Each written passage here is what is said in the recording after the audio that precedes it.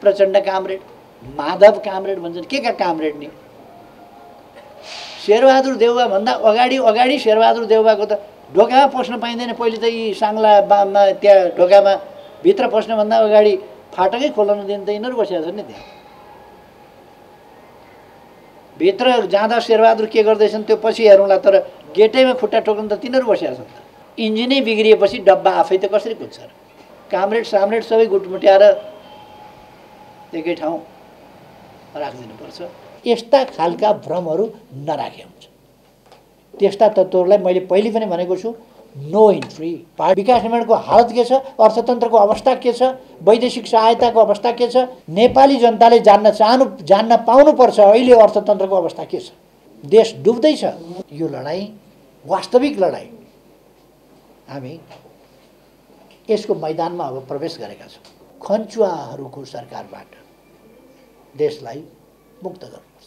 समस्या खडा गर्नेहरू अहिलेको गठबन्धनमा छन्, निर्वाचन हुन नदिने अहिलेको गठबन्धनमा छन्, त्यसै नाउँमा निर्वाचन नगराउने अहिलेकै गठबन्धनमा छन्, त्यसै नाउँमा स्थानीय तहहरू रिक्त राख्ने, स्थानीय तहहरूको अवधि नथप्ने अहिलेकै गठबन्धनमा छन्, प्रतिगमनसम्म देशलाई पुर्याउने अहिलेकै गठबन्धनमा छन्, त्यसका आधार तयार गर्नेहरू पनि अहिलेकै गठबन्धनमा छन्। र यो धन्दा उहाँहरूको त्यो संयुक्त प्रयास आज पनि गठबन्धनकै रूपमा प्रकट रूपमा नै प्रष्ट भइरहेको छ। र 59 सालमा स्थानीय तहहरू रिक्त गरिएपछि, तिनको म्याद पनि नथपेपछि, संसदको रिक्तता, स्थानीय तहको रिक्तता, सबै जनप्रतिनिधि संस्थाहरूको रिक्तता, निर्वाचनको अभाव, यसबाट लोकतन्त्रको मर्म त्यहीँ सिद्ध्याइएको थियो र त्यसले प्रतिगमनसम्म पुर्याएको थियो। र 15 वर्षसम्म 74 सालसम्म 59 देखि रिक्त भएका स्थानीय तहहरूमा जनप्रतिनिधि रहेनन्। जनप्रतिनिधि विहीनताले विकास, जनतालाई दिनुपर्ने सेवा सुविधा लगायतका कुराहरू र नेतृत्व विकासको कुरा, लोकतान्त्रिक अभ्यासको कुरा, संविधान कार्यान्वयनको कुरा, यी सबै कुराहरूलाई क्षतविच्छेद बनाउने काम गरिएको थियो। त्यसपछि हामीले यी सबै अनुभवहरूबाट सिकेर, शिक्षा लिएर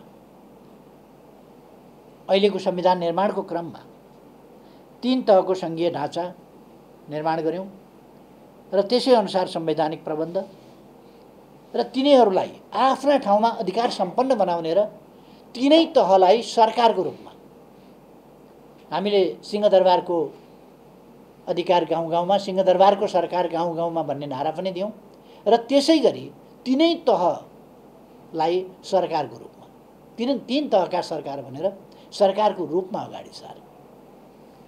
र हामी सबैलाई थाहा छ, केही दलहरू यस्ता कुराहरूका विरुद्धमा थिए, सङ्घीयता भन्ने, तर सङ्घीयताको मर्म र आधार स्थानीय तहलाई अधिकारविहीन, निष्प्रभावी बनाउने र तिनलाई वास्तवमा सरकारको रूपमा होइन, यत्तिकै निष्प्रभावी संस्थाहरूको रूपमा मात्रै राख्ने षड्यन्त्रहरू भए। अहिले पनि हामी तिनै पक्षहरू जो हिजो त्यसो भनिराखेका थिए, अहिले पनि वैशाख 30 को निर्वाचनको विरोधमा बोलिरहेका छन् र अहिले पनि निर्वाचनमा कहिले सहभागी नहुने भन्छन्, कहिले विरोध गर्छन्, कहिले यो उपयुक्त होइन भन्छन्। यद्यपि त्यस्ता शक्तिहरू संविधानबाट पाएका सम्पूर्ण छुटको पनि उपयोग गर्छन्, संविधानको शपथ पनि लिन्छन्, संविधान जारी भएको दिनलाई कालो दिन पनि भन्छन् र त्यही कालो दिनको भत्ता पनि खान्छन् र त्यसैको उपलब्धि, जसलाई उनीहरू कालो दिन भन्छन्, त्यही उपलब्धिको रस पनि चुस्छन्। जे होस्, नेकपा एमाले देशको पक्षमा, जनताको पक्षमा, लोकतन्त्रको पक्षमा पहरेदारको रूपमा खडा भएको हुनाले फेरि पछाडि तान्न खोजे पनि देशलाई त्यसै गरी पछाडि लान प्रतिक्रियावादी शक्तिहरूले सकेका छैनन्, प्रतिगामी शक्तिहरूले सकेका छैनन् र आज हामी यस स्थानीय तहको निर्वाचनको तयारीमा छौँ।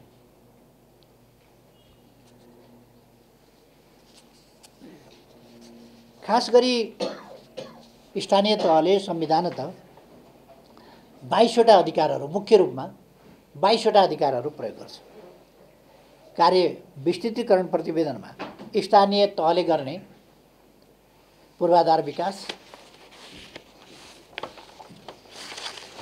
सामाजिक विकास, आर्थिक विकास, वन वातावरण, विपद व्यवस्थापन, योजना बजेट कार्यक्रम, राजस्व तथा आर्थिक प्रशासन, न्याय कानुन र विधायन तथा सामान्य प्रशासन शीर्षकमा 100 भन्दा बढी काम पनि तोकिएका छन्। स्थानीय पूर्वाधार निर्माण, सामाजिक विकास, सेवा प्रदान, विपदका बेला सहयोग र जनसरोकारका विषयमा स्थानीय तहहरूको मुख्य ध्यान जानुपर्छ।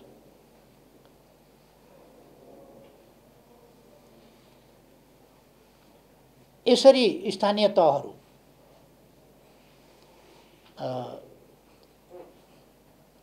सामान्य हिसाबमा जनप्रतिनिधित्वका सामान्य निकाय मात्रै होइन, लोकतन्त्रका खम्बाको रूपमा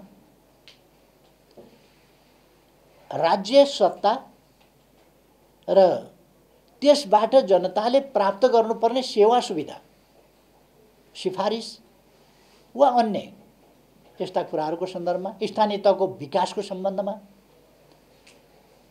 अनेक कुराहरूमा जनतासँग प्रत्यक्ष र सबभन्दा नजिकबाट जोडिएको सरकारको रूपमा स्थानीय तहहरू क्रियाशील छन् र यस उपलब्धिलाई हामीले ठुलो उपलब्धिको रूपमा लिनुपर्दछ कि यस्ता तहलाई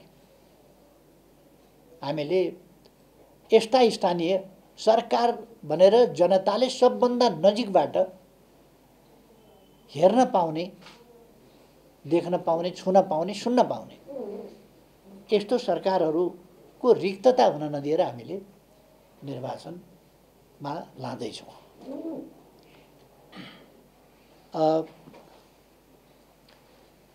74 साल वैशाख 31 गते, असार 14 गते र आश्विन 2 गते गरेर 3 चरणमा स्थानीय निकायका निर्वाचन भएका थिए।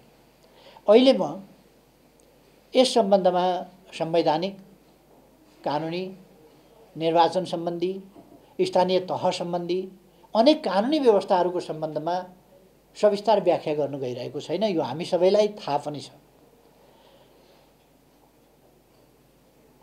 हामीले त्यस बेलाको निर्वाचनमा पनि सत्ता गठबन्धनसँग लडेर, त्यति बेला पनि सत्ता गठबन्धन नै थियो, सत्ता गठबन्धनसँग एक्लै लडेर हामीले 41.28% स्थानमा विजय हासिल गरेका थियौँ। यसमध्ये 123 जना मेयर र अध्यक्ष 171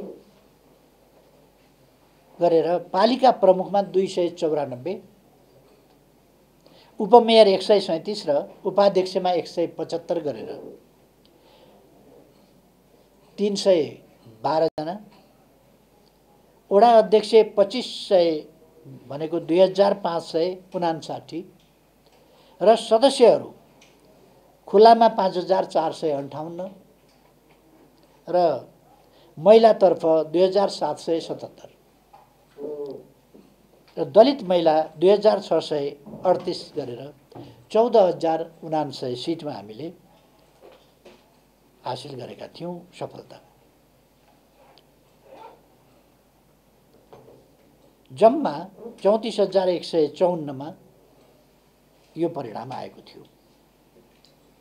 अर्थात् मैले अघि नै भने हाम्रो नतिजामा 41.28% गठबन्धनसँग लडेर हामीले एक्लै प्राप्त गरेका थियौँ त्यति बेला पनि।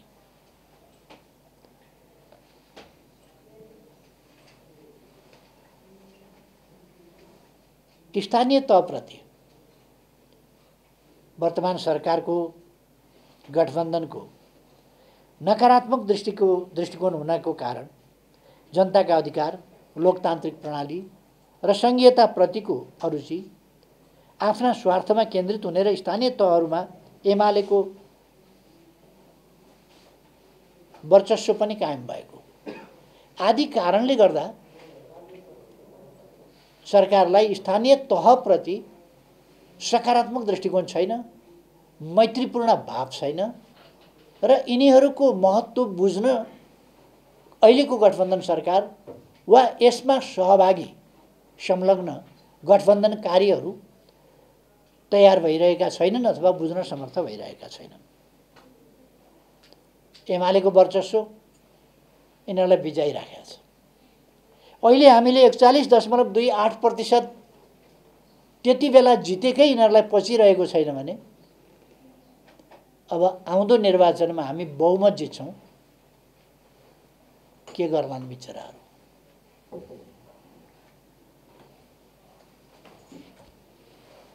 म भनिदिन चाहन्छु, भाग्ने उम्किने ठाउँ छ भने खोजे हुन्छ। सङ्घीय र प्रदेशमा पनि हामीले आगामी निर्वाचनमा बहुमत प्राप्त गर्नेछौँ। यो गठबन्धन तोडेर होइन, गठबन्धन कायमै राखेर गठबन्धनसँग लडेर हामी बहुमत प्राप्त गर्छौँ भन्ने कुरा म अहिले नै भनिदिन चाहन्छु। फेरि पनि कुनै उपाय छ भने, तर निर्वाचनबाट हामी कसैलाई भाग्न पनि दिँदैनौँ र निर्वाचनलाई अबका निर्वाचन बत्ती निभाएर जित्ने, मतपत्र च्यातेर जित्ने सपना नदेखे हुन्छ, कल्पना कसैले नगरे हुन्छ, त्यो पनि भनिदिन चाहन्छु।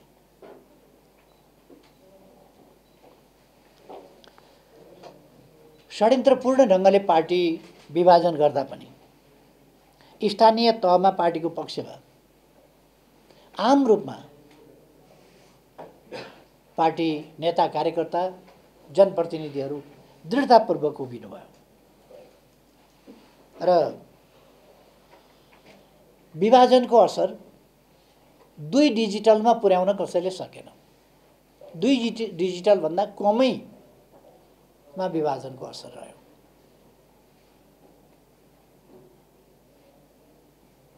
म जनप्रतिनिधिहरूलाई, हाम्रो पार्टीको तर्फबाट निर्वाचित जनप्रतिनिधिहरूलाई हार्दिक धन्यवाद भन्न चाहन्छु।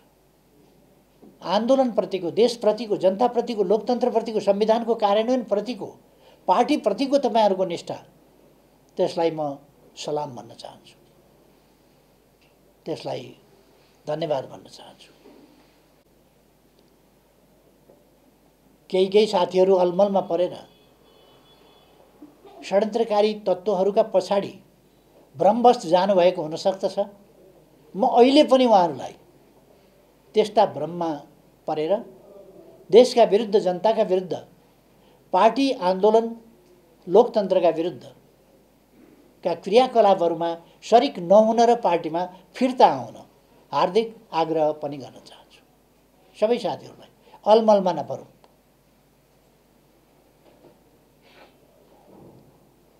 हाम्रो पार्टीबाट विजयी हुनुभएका जनप्रतिनिधि साथीहरूले असाधारण ढङ्गले राम्रो काम गर्नुभएको छ। निर्वाचन भूकम्पपछि नै संविधान जारी भयो र संविधानभन्दा पछि नै निर्वाचन भयो र भूकम्पको प्रभाव, असर छँदै थियो। त्यसबाट भएको क्षति, त्यसबाट देशलाई उठाउनु पर्ने नै थियो। त्यस काममा हाम्रो पार्टीसँग सम्बद्ध, हाम्रो पार्टीको तर्फबाट जितेका जनप्रतिनिधिहरूले जस्तो प्रशंसा योग्य काम गर्नुभएको छ, म त्यसका निम्ति धन्यवाद भन्न चाहन्छु साथीहरूलाई। वास्तवमा स्थानीय सरकारको औचित्य, आवश्यकता, स्थानीय जनप्रतिनिधिहरूको हुन सक्ने भूमिका, यी सबै कुराहरूको वास्तवमा हाम्रा जनप्रतिनिधिहरू दृष्टान्त हुनुभएको छ, विश्व नमुनाका रूपमा आउनुभएको छ। त्यसै गरेर कोभिडका बेला, कोभिड महामारी चलेका बेला आइसोलेसन सेन्टरहरू बनाउने, क्वारेन्टिनहरू बनाउने केही पनि अनुभव नभएका बेला असाधारण जनपरिचालन, असाधारण उत्साह, असाधारण जोखिम, केही जानकारी नभएका बेला त्यसको सम्भावित परिणाम के कतिसम्म हुनसक्छ भन्ने कुरा र आफ्नै अगाडि मानिसहरूले मृत्युवरण गरिरहेको देखिरहँदाखेरि पनि जनप्रतिनिधिहरू आफ्ना कर्तव्य पर नहटेर कोभिड विरुद्धको सङ्घर्षमा जनतालाई साथ दिने, जनताको सेवामा समर्पित हुने जसरी काम गर्नुभयो, अत्यन्तै धेरै प्रशंसा गरे पनि कम हुन्छ। त्यति प्रशंसा योग्य काम हाम्रा जनप्रतिनिधिहरूले गर्नुभएको छ। सडक, खानेपानी र अन्य पूर्वाधार विकास, शिक्षा, स्वास्थ्य र सामाजिक सुरक्षा तथा राज्यका सेवा सुविधा प्रवाहमा स्थानीय तहहरू अत्यन्तै प्रभावकारी रहेका छन्।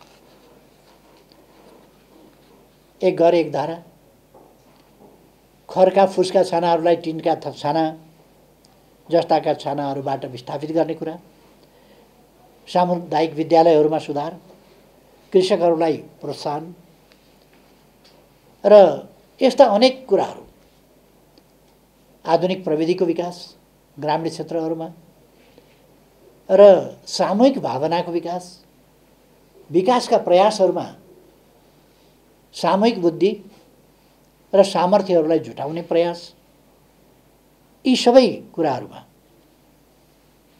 असाधारण भूमिका हाम्रा जनप्रतिनिधिहरूले खेल्नुभएको छ।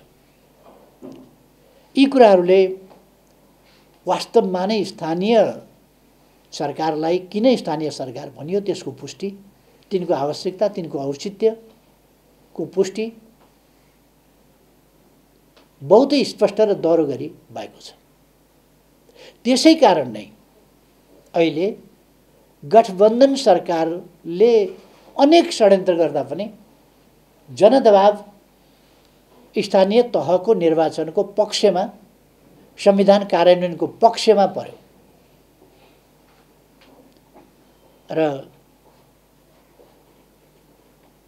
अब निर्वाचनको मिति घोषणा भएको छ, निर्वाचन हुनेछ। यी सबै राम्रा कामका निम्ति औचित्य पुष्टि गर्ने गरी, आवश्यकता पुष्टि गर्ने गरी, यिनको महत्त्व स्थापित गर्ने गरी जुन काम भएको छ त्यो वास्तवमै अघि मैले भनिसकेँ कि धन्यवाद योग्य छ। म फेरि पनि धन्यवाद भन्न चाहन्छु। यो कार्यकाल अवश्य नै संविधान जारी भएपछि यस प्रकारले अधिकारसहित कार्यपालिकीय अधिकार, व्यवस्थापकीय अधिकार वा न्याय क्षेत्रका अधिकार समेत प्रयोग गर्ने गरी स्थानीय सरकारको रूपमा एकातिर शासन, एकातिर विकास र सामाजिक जीवनका सम्पूर्ण क्षेत्रको विकासको जिम्मा लिएर हाँक्ने सन्दर्भमा निर्वाचन पछिको यो स्थानीय तहको कार्यकाल भनेको पहिलो कार्यकाल थियो जहाँ कानुन थिएन। संविधान त थियो तर स्थानीय तहको निर्वाचन हुँदा स्थानीय तह सञ्चालन सम्बन्धी कानुन थिएनन्। अनेक क्षेत्रका, अनेक विधाका कानुनहरू थिएनन्, ती निर्माण गर्नु थियो। बस्ने ठाउँ थिएन, संरचना थिएनन्, सरकारको रूपमा काम गर्ने गरी ठाउँ थिएन र कसरी काम गर्ने भन्ने अग्रजहरूसँग सोध्ने, कोही यस ढङ्गले काम गर्ने, त्यो पहिले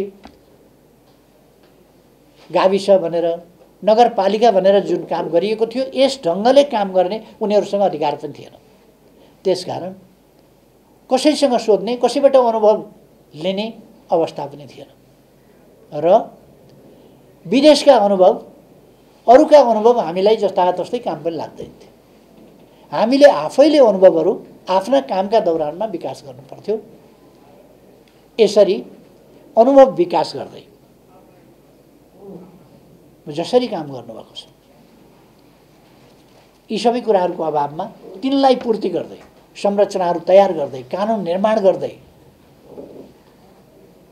शासन सरकार चलाउँदै विकासको अभियानलाई अगाडि बढाउँदै नयाँ नयाँ अवधारणाहरूलाई कार्यान्वयन गर्दै र केन्द्रमा सँगसँगै केन्द्रमा नेकपा एमालेको सरकार बन्यो।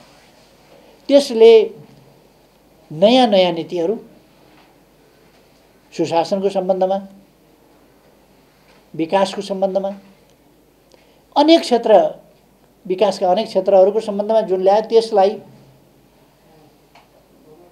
प्रभावकारी ढङ्गले कार्यान्वयन गर्ने सन्दर्भमा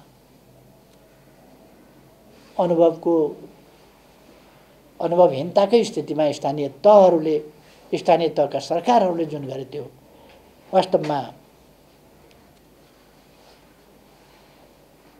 असाधारण कुरा हो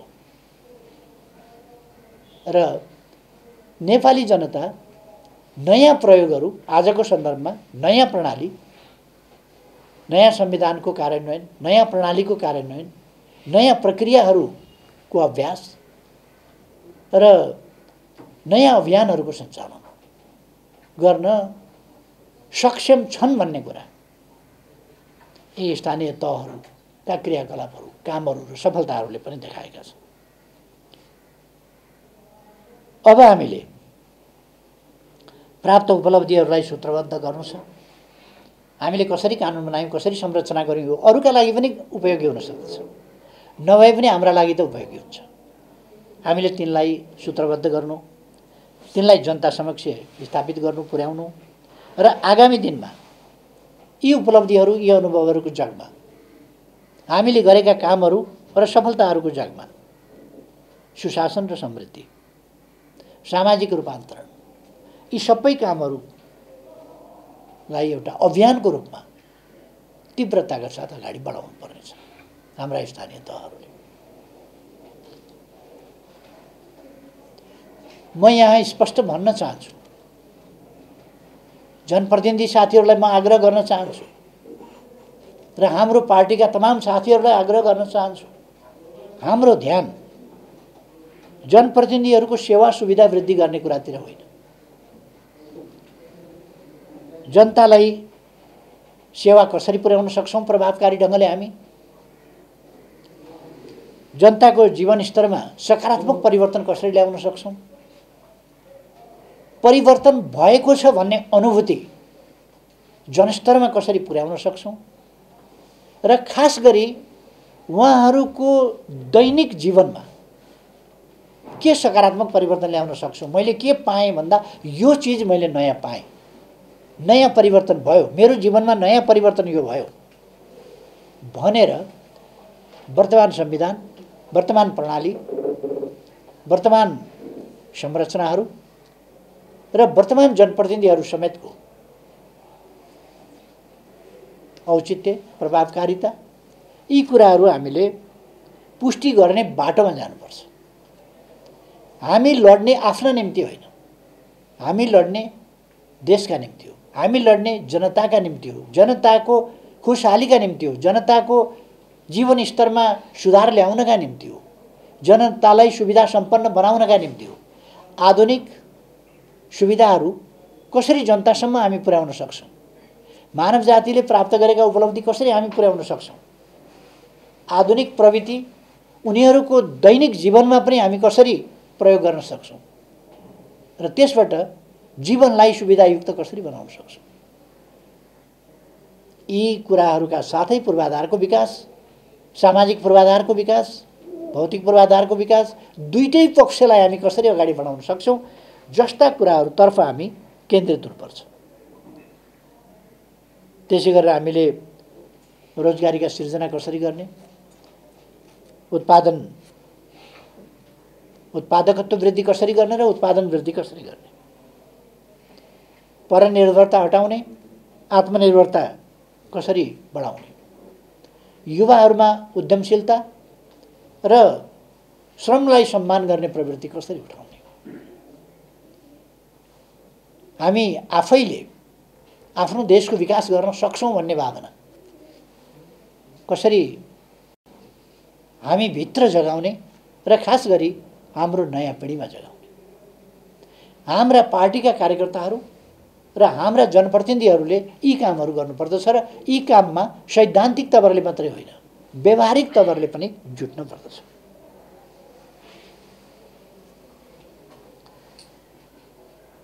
वैशाख 30 गते तय गरिएको स्थानीय तहको निर्वाचन अघि नै मैले दोहोऱ्याएर पनि भनिसकेँ, दोहोऱ्याइकन यो स्वाभाविक र साधारण हिसाबले मात्रै घोषणा गरिएको होइन। यो जनदबावका बलमा सरकारले बाध्य भएर धेरैवटा मिटिङ, बैठक, छलफल, उहाँहरूले 3-4 जना नकारात्मक वकिलहरू, 3-4 जना परमादेशी साँठगाँठका मतियार वकिलहरू रिपिटेडली भेला गर्ने र परामर्शको नाटक गर्ने र निर्वाचन नगर्न खोज्ने प्रयास धेरै नै गर्नुभयो। तर दबाबबाट मात्रै यी कुराहरू सम्भव भए र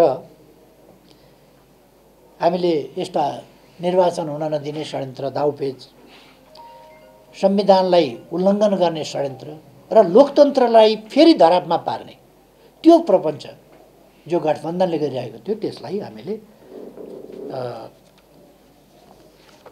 पराजित गर्न र ध्वस्त पार्न हामी सफल भएका छौँ।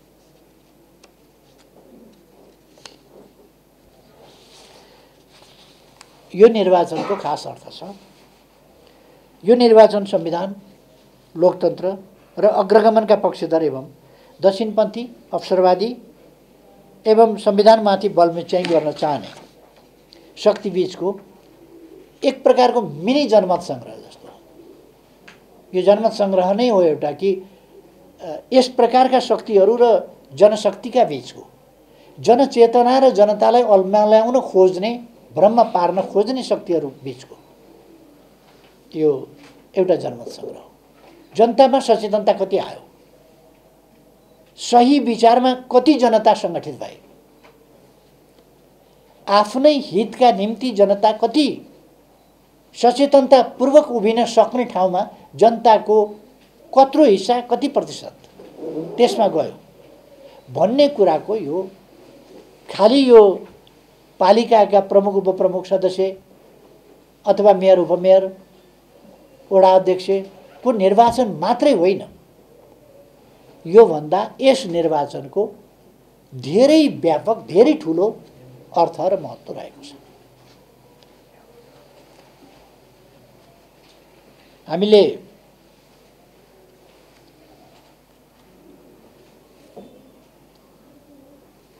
यस अभियानमा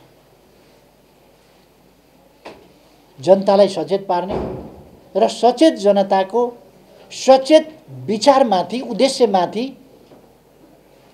सङ्गठित त्यो अभियानलाई अगाडि बढाउने र नेकपा एमाले अगाडि सारेको समृद्ध नेपाल, सुखी नेपाली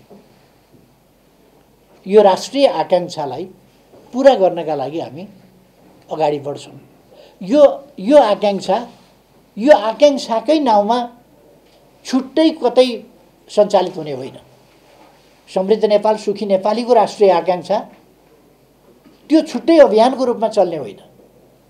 त्यो त स्थानीय तहका निर्वाचन, संविधानको कार्यान्वयन, अरू तहका निर्वाचनहरू, सङ्घीय तहका निर्वाचन, प्रदेश तहका निर्वाचन अथवा विकास निर्माणका कामहरू, भ्रष्टाचारको नियन्त्रण, सुशासनको प्रत्याभूति, जनताका विरुद्ध दमन नगर्ने कुरा, जनतालाई अधिकार सम्पन्न बनाउने कुरा, शिक्षा क्षेत्रको विकासमा, त्यसै गरेर स्वास्थ्य क्षेत्रको विकासमा, भौतिक पूर्वाधारहरूको विकासमा, बाटाघाटा पुलहरूको विकासमा, यी कुराहरूमा देखिन्छ।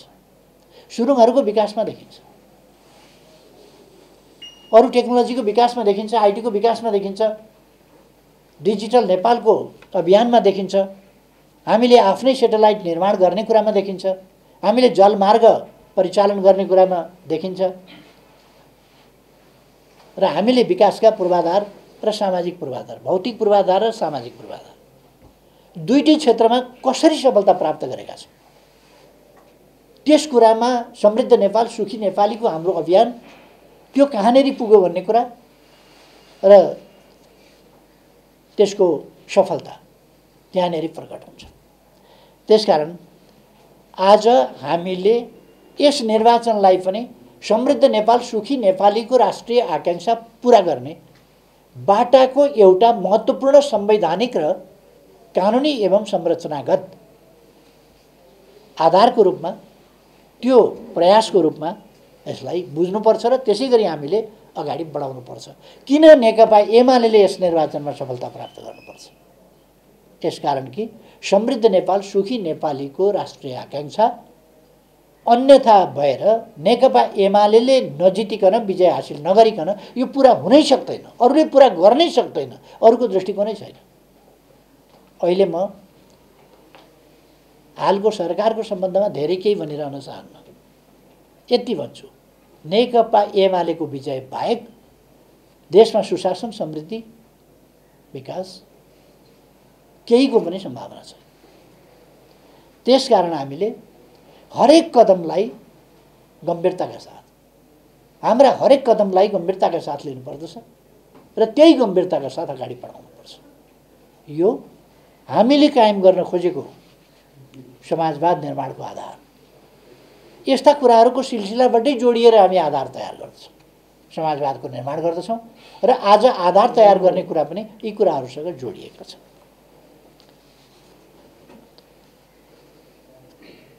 हामीलाई स्थानीय तहको निर्वाचनमा कोही मान्छेलाई वडा अध्यक्ष बनाउन, वडा सदस्य बनाउन अथवा कसैलाई मेयर बनाउन, उपमेयर बनाउन भन्ने बुझ्नु, समन्वयको प्रमुख बनाउन भन्ने बुझ्नु यो उपयुक्त हुँदैन। हामीले किन जित्नुपर्छ? मैले अघि व्याख्या गरेँ, लोकतन्त्रको सुदृढीकरणका लागि, संविधानको कार्यान्वयनका लागि र देशलाई अग्रगमनको बाटोमा अगाडि बढाउनका लागि नेकपा एमाले जित्नुपर्छ। एमाले जित्नै पर्छ भनेको यो नेकपा एमालेको कुनै शानका लागि, मानका लागि पनि होइन, देशका लागि।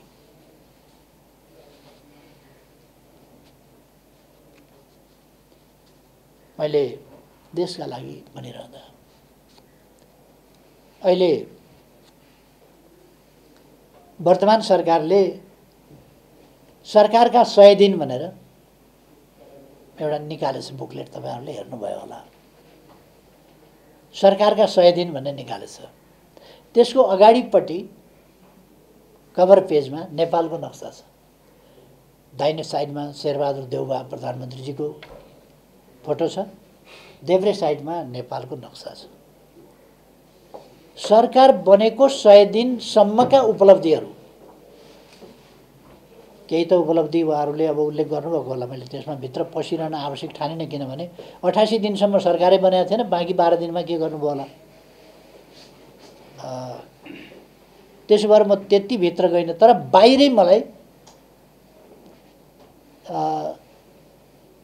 त्यो किताबमा के छ भन्ने कुराको ज्ञान घाँटी-घाँटीसम्म आउने गरी चाहिँ प्राप्त भयो। उहाँहरू समेत भएर संसदमा हामीले संविधान पारित गर्यौं, संशोधन गर्यौं, सर्वसम्मतिले संविधान संशोधन गर्यौं। चुच्चे नक्सा भनेर चिनिएको लिम्पियाधुरा लिपुलेक कालापानी सहितको सामेल गरेर हामीले संविधानको अङ्ग बनायौं, त्यसलाई अनुसूचीको अङ्ग बनायौं। तर नेपाली कांग्रेसमा आफ्नो महाधिवेशनको ब्यानरमा नेपालको झण्डा, नेपालको नक्सा राख्दा न नयाँ नक्सा राख्छ, अथवा नेपालको नक्सा नेपाली कांग्रेसले अहिलेसम्म पनि चुच्चे नक्सा राख्दैन, बुच्चे नक्सा राख्छ। लिम्पियाधुरा लिपुलेक र कालापानी नभएको नक्सा नेपाली कांग्रेसले राख्छ। यो संविधानको कति ठुलो बर्खिलाप हो, राष्ट्रियताप्रतिको कत्रो बेइमानी हो, कत्रो विदेश भक्ति हो। त्यसकारण यो कुन तहमा छ यो सरकार, कस्तो अवस्थामा छ यो सरकार। राष्ट्रियताको प्रश्नमा यत्रो खेलवाड, नेपाली जनताका अगाडि राष्ट्रियताका मामलामा नेपाली जनतालाई दिएको यो चुनौती, यो गठबन्धन सरकार यो सानो चुनौती होइन। संविधानको यो बर्खिलाफ, देशको भौगोलिक अखण्डताको यत्रो विरोध, यो असाधारण कुरा। यस्ता कामहरू यस सरकारले गरिरहेका छ।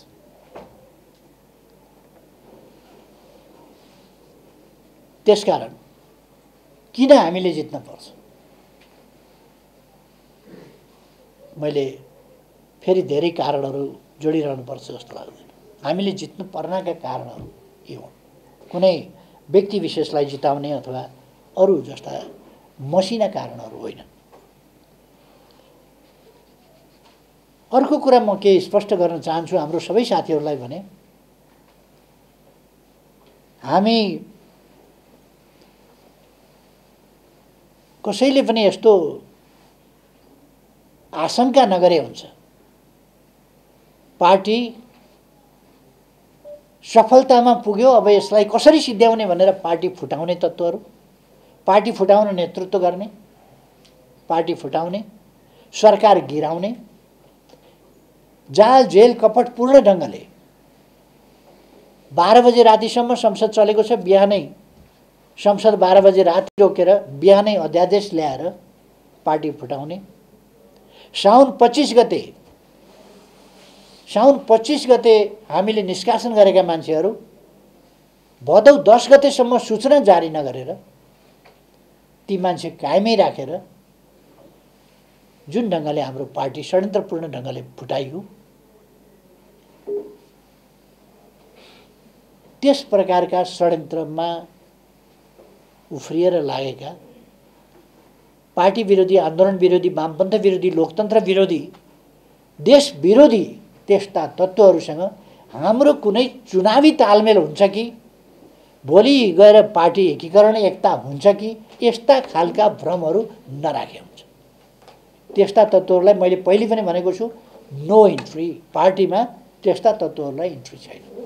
त्यस्ताहरूसँग हामी कुनै चुनावी तालमेल पनि गर्दैनौँ। अर्को म स्पष्ट पार्न चाहन्छु, सामान्यतः हामीहरू निर्वाचन एक्लै लड्छौँ। हामी आफूप्रति जनताको विश्वास छ भन्ने कुरामा ढुक्क छौँ।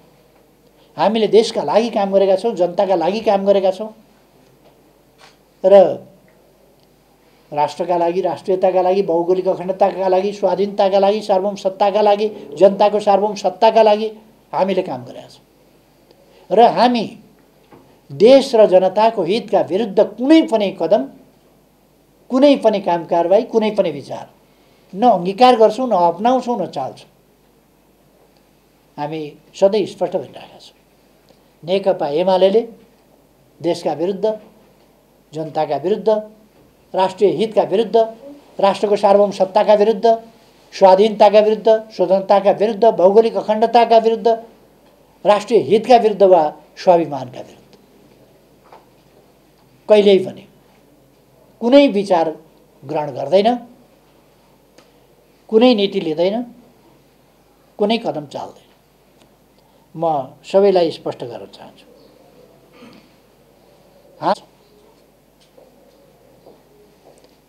हामी एक्लै निर्वाचन लड्छौँ र स्थानीय तहका कतै कहीँ स्थानीय तहले कहीँ कतै तालमेल गरेछ भने त्यो बेग्लै कुरा होला। तर हामी राष्ट्रिय स्तरमा कुनै शक्तिसँग पनि चुनावी गठबन्धन गरेर यस स्थानीय तहको निर्वाचनमा जानेवाला छैनौँ। एक्लै लड्छौँ, एक्लै विजय हासिल गर्छौँ। मैले अघि नै भने हाम्रो सम्पूर्ण काम कारबाही निर्वाचन गराउने र निर्वाचनलाई स्वतन्त्र, निष्पक्ष, धाँधली रहित र शान्तिपूर्ण वातावरणमा सम्पन्न गराउने कुरामा अब केन्द्रित हुनेछ र मत प्राप्त गर्ने र मतको रक्षा गर्ने, यस कुरामा हाम्रो केन्द्रित रहनेछ। निर्वाचन एउटा कर्मकाण्ड होइन। निर्वाचन जनताको अभिमतको, स्वच्छ अभिमतको वास्तविक प्रकटीकरण हो। जनताको स्वच्छ अभिमत प्रकट हुनुपर्दछ। त्यो गराउने कुरामा हामी लाग्दछौँ।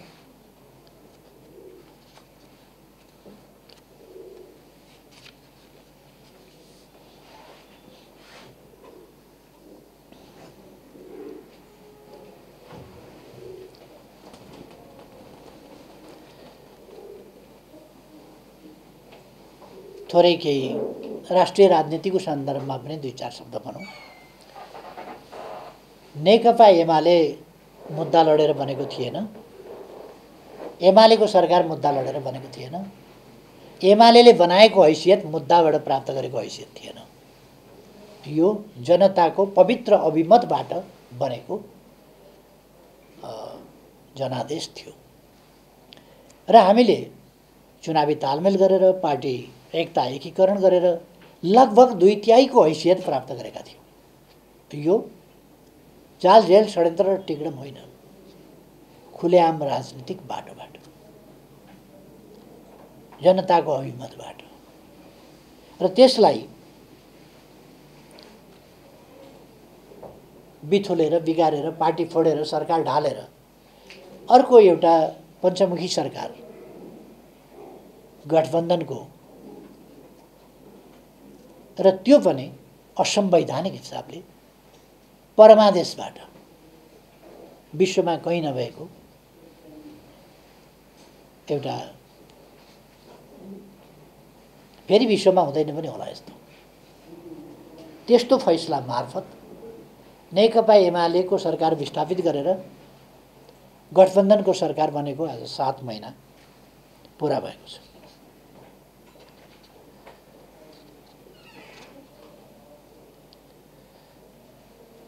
र यी 7 महिनामा देशले नराम्रा कुरा बाहेक केही देख्न परेन, भोग्न परेन।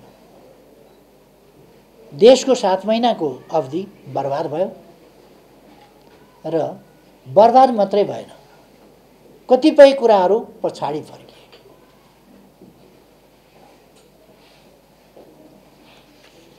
राज्यका अङ्गहरू, व्यवस्थापिका संसद चलेको छैन। व्यवस्थापिका संसद चलेको छैन र त्यो सर्दै अथवा निकम्मा ढङ्गले विरोधका बीचमा अलोकतान्त्रिक पेलाइका साथ, तानाशाही अधिनायकवादी पेलाइका साथ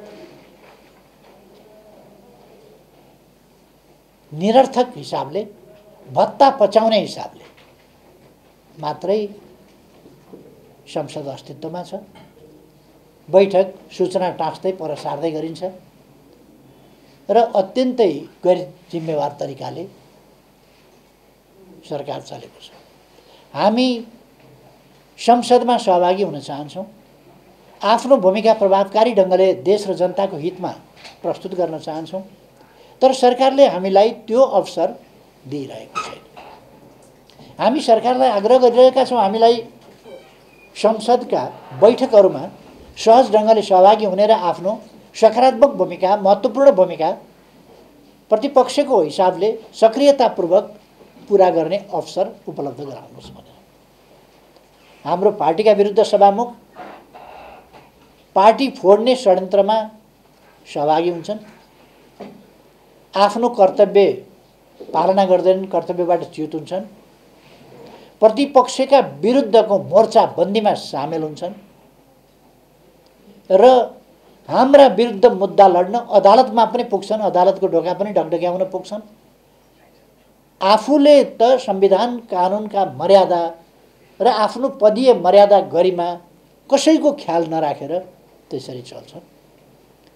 यस्तो अवस्थामा संसद निरर्थक भइरहेको छ र संसदको बहुमूल्य समय खेर गएको छ। निर्वाचन हुन नदिने, संसद नचलाउने, संसद चल्न वातावरण अनुकूल नबनाउने, नयाँ निर्वाचन गर्न नदिने, संसदलाई निष्प्रभावी बनाएर राखिरहने र भेन्टिलेटरमा लगेर राखिदिने। कोमामा संसद भेन्टिलेटरमा छ। जिउँदै छैन भनौँ भने जिउँदैछ।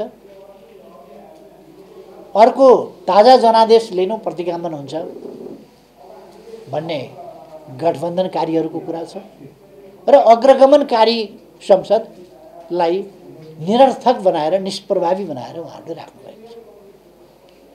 सरकारको सम्बन्धमा धेरै केही भन्न पर्दै परेन। सरकार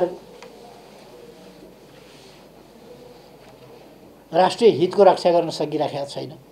त्यो मात्रै होइन, राष्ट्रलाई गम्भीर कूटनीतिक अप्ठ्यारोमा फसाउँदै लगेको छ, अन्तर्राष्ट्रिय सम्बन्ध बिगार्दै बिथोल्दै लगेको छ र हाम्रो भू राजनीतिक अवस्थाप्रति गैर जिम्मेवार र अत्यन्तै खेलबाडपूर्ण ढङ्गका क्रियाकलाप र गतिविधिहरू गरिरहेको छ।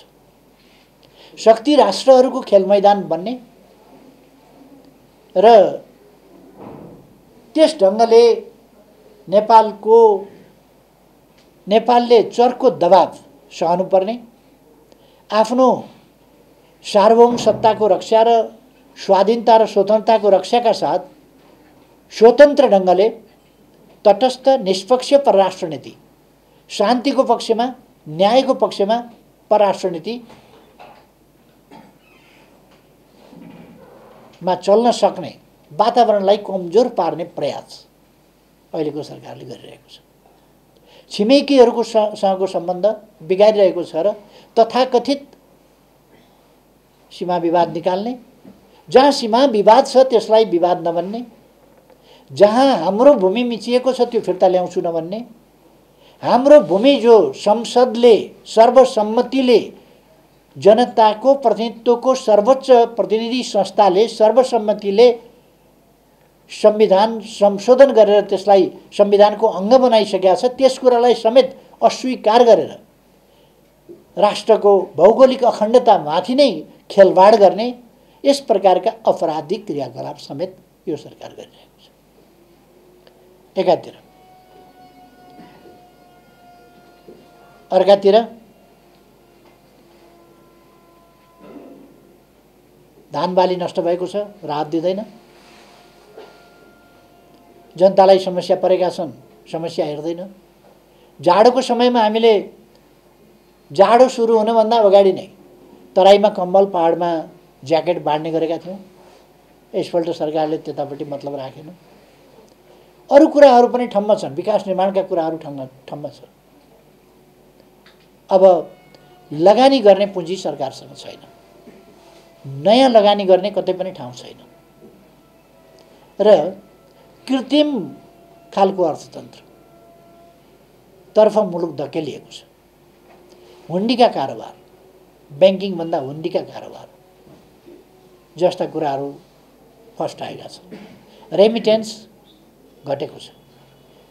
बाहिर जाने वैदेशिक रोजगारीमा जानेहरूको सङ्ख्या बढेको छ तर रेमिटेन्स घटेको छ। अर्थात् यहाँनेरि अवाञ्छित क्रियाकलापहरूले प्रवेश पाएको छ। वैदेशिक मुद्राको सञ्चिति घटेको छ। अस्ति भर्खर पनि मैले एउटा वक्तव्य दिएको थिएँ, त्यसमा पनि मैले चर्चा गरेको थिएँ। वैदेशिक मुद्राको सञ्चिति घटेको छ। आफ्नै देशभित्रको रकमको मौजदात घटेको छ। कर ठिक ढङ्गले उठिरहेको छैन र अवाञ्छित खालका अन्डरह्यान्ड क्रियाकलाप भइरहेका छन् र ती जुन संस्थाले त्यसलाई नियमन गर्नुपर्थ्यो, रोक्नुपर्थ्यो, तीबाट नै ती कुराहरू भइरहेका छन्। यो दुःखद स्थिति छ।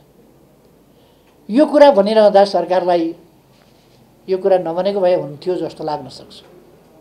तर म सरकारलाई भन्न चाहन्छु, अर्थ मन्त्रालयलाई, अर्थमन्त्रीलाई भन्न चाहन्छु, प्रधानमन्त्रीजीलाई भन्न चाहन्छु। अस्ति उहाँले 6 महिना पुग्दाखेरि एउटा वक्तव्य दिनुभयो, फेद न टुप्पोको।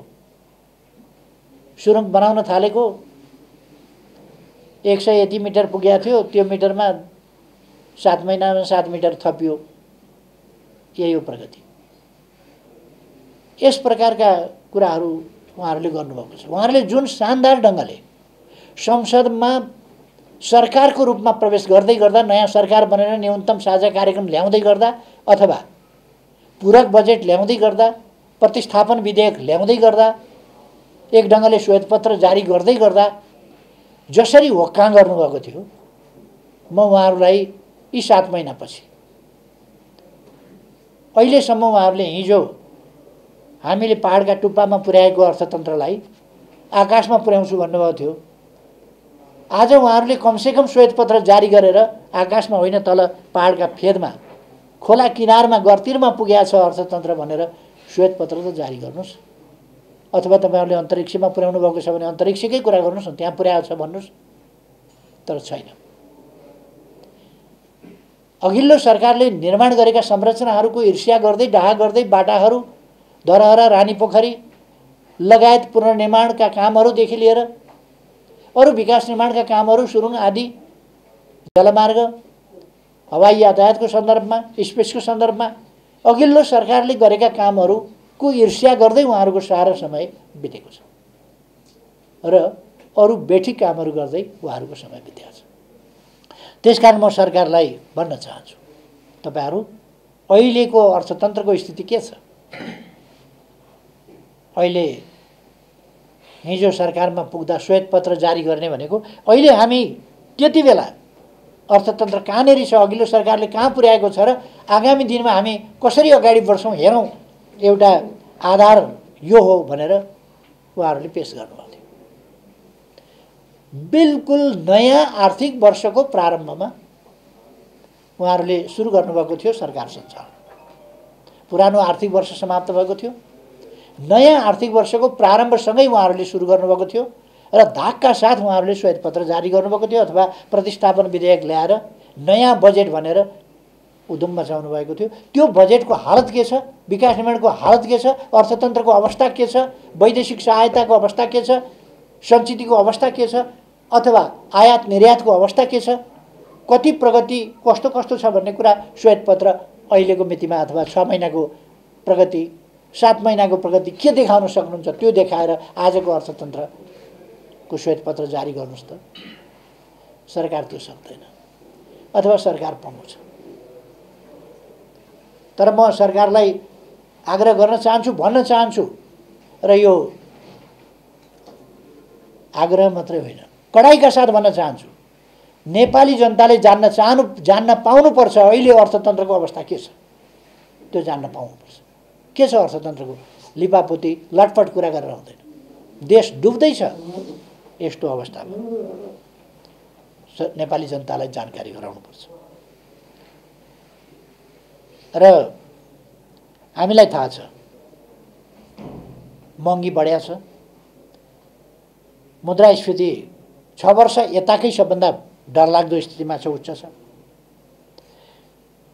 सरकार गठन भएको 6 महिनामै व्यापार घाटा 55% बढेर 6 महिनामा व्यापार घाटा 55% बढेको भनेपछि हामी सबैले बुझ्न सक्छौँ के छ अवस्था। 55% बढेर 8 खरबभन्दा बढी पुगेको छ।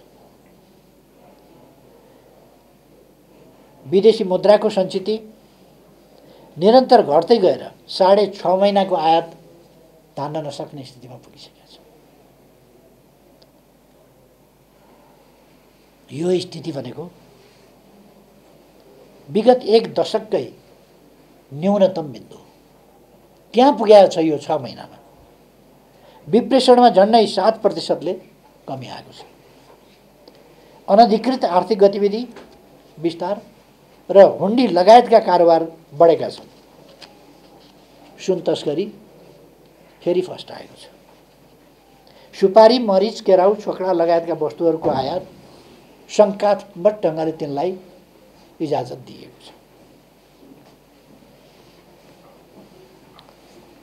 आर्थिक सुशासनको नेतृत्व गर्नुपर्ने अर्थ मन्त्रालय आफै पोलिसी सेटिङ मार्फत आर्थिक अपचलनमा संलग्न भएका आरोपहरू चारैतिरबाट लागेका छन्। सरकार चुप छ, मन्त्रालय चुप छ, मन्त्री चुप छ। वर्तमान सरकार गठन भएको पहिलो 5 महिनामा चालु खाता घाटा गत वर्षको यही अवधिको, गत वर्ष 23 अरब थियो, त्यसको तुलनामा अहिले 3 खरब 69 करोड पुगेको छ।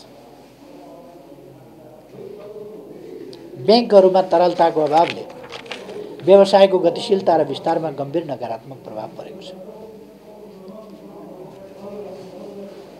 7% आर्थिक वृद्धि हासिल गर्ने र प्रत्येक महिना 10% का दरले पुँजीगत खर्च गर्ने सरकारको दाबी थियो सरकार गठनका बेला। त्यो बिल्कुल खोक्रो, निराधार र बकवास साबित भएको छ। 6 महिनामा जम्मा 13.44% मात्रै पुँजीगत खर्च भएको छ। गठबन्धन टिकाउनका लागि सङ्घमा अनावश्यक संरचना निर्माण गरिएका छन् र प्रदेशमा जथाभावी मन्त्रालय, कतै 18वटा मन्त्रालय, कतै 14वटा मन्त्रालय, उल्फाको धन फुपूको श्राद्ध भन्ने नेपाली उखान जस्तो के पायो लुटमार चलेको छ। अर्थतन्त्र कुन अवस्थामा छ र क्रियाकलाप कता जाँदैछ, यो अत्यन्तै भयावह स्थिति छ। म नेपाली जनतालाई सजग गर्न चाहन्छु र यसमा बुद्धिजीवीहरू, अर्थविदहरू सबैलाई कमसेकम यसमा राजनीतिक आग्रह होइन, देशप्रतिको चिन्ता त गरौँ, देशको अर्थतन्त्रप्रतिको चिन्ता त गरौँ। म यतापट्टि सबैलाई आग्रह पनि गर्न चाहन्छु।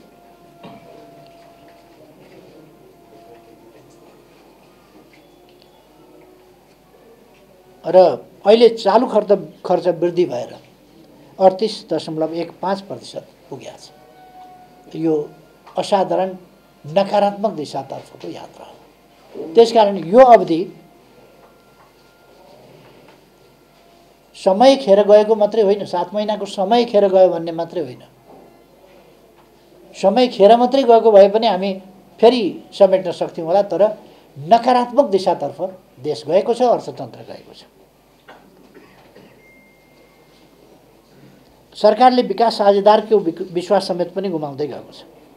आर्थिक वर्षको पहिलो 6 महिनासम्म विदेशी अनुदान एक ढङ्गले भन्ने नै शून्य प्राय छ। आगामी 3 वर्षभित्र देशका सबै स्थानीय तहका केन्द्रलाई प्रदेशका राजधानीसँग जोड्ने, कालोपत्र सडकले जोड्ने हाम्रो योजना जुन थियो त्यसलाई प्रभावित गर्ने गरी बजेट कटौती गरिएको छ। विकासका पूर्वाधारहरू कमजोर बनाइएको छ। 100औं सडक आयोजनाहरू रद्द गरिएको छ। मेलम्ची परियोजनालाई सञ्चालन गर्नका लागि सरकार पुरै उदासीन देखिएको छ।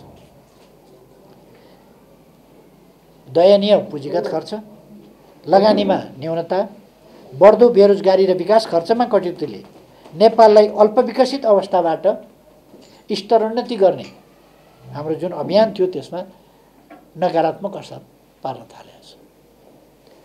जुन उत्साह थियो अर्थतन्त्रमा, त्यो विश्व ब्याङ्कले नेपाललाई दक्षिण एसियाको उदाउँदो तारा भनेको थियो, उदाउँदो अर्थतन्त्र भनेको थियो। हामीलाई एडिबीले, अरूले प्रशंसा गरेका थिए, युनेस्कोले प्रशंसा गरेका थियो, विश्व स्वास्थ्य सङ्गठनले प्रशंसा गरेका थियो। आज कहाँ गए? 6 महिना 7 महिना बित्न पाउँदा नपाउँदा कहाँ गए ती दिन? कता गयो त्यो स्वर्णिम युग? कता हराए ती आशाका किरणहरू? कता हरायो त्यो विश्वासको वातावरण? आज भयावह निराशातर्फ, एक ढङ्गले भन्ने हो भने आर्थिक राजनीतिक हिसाबले ब्ल्याक होलतर्फ देशलाई यो सरकारले धकेलिरहेको छ।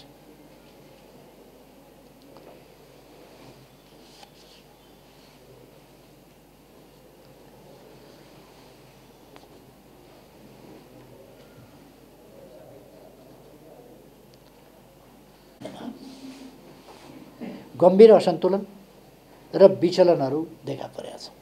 मैले अघि नै पनि यसमा अलिकति भनिसकेँ। विदेशीहरूका लागि कम्फर्टेबल बन्ने वचनबद्धतासहित गठन भएको गठबन्धन सरकार नेपालको राष्ट्रिय हितमाथि निरन्तर आज पुग्दा पनि चुप लागिरहेको छ र पुर्याइ पनि रहेको छ। जानी बुझिकन पनि हाम्रा छिमेकीहरूसँगको सम्बन्धलाई र हाम्रा मित्रहरूसँगको सम्बन्धलाई जानी बुझिकन पनि खेलबाडपूर्ण ढङ्गले गम्भीर सङ्कटमा पुर्याइरहेको छ।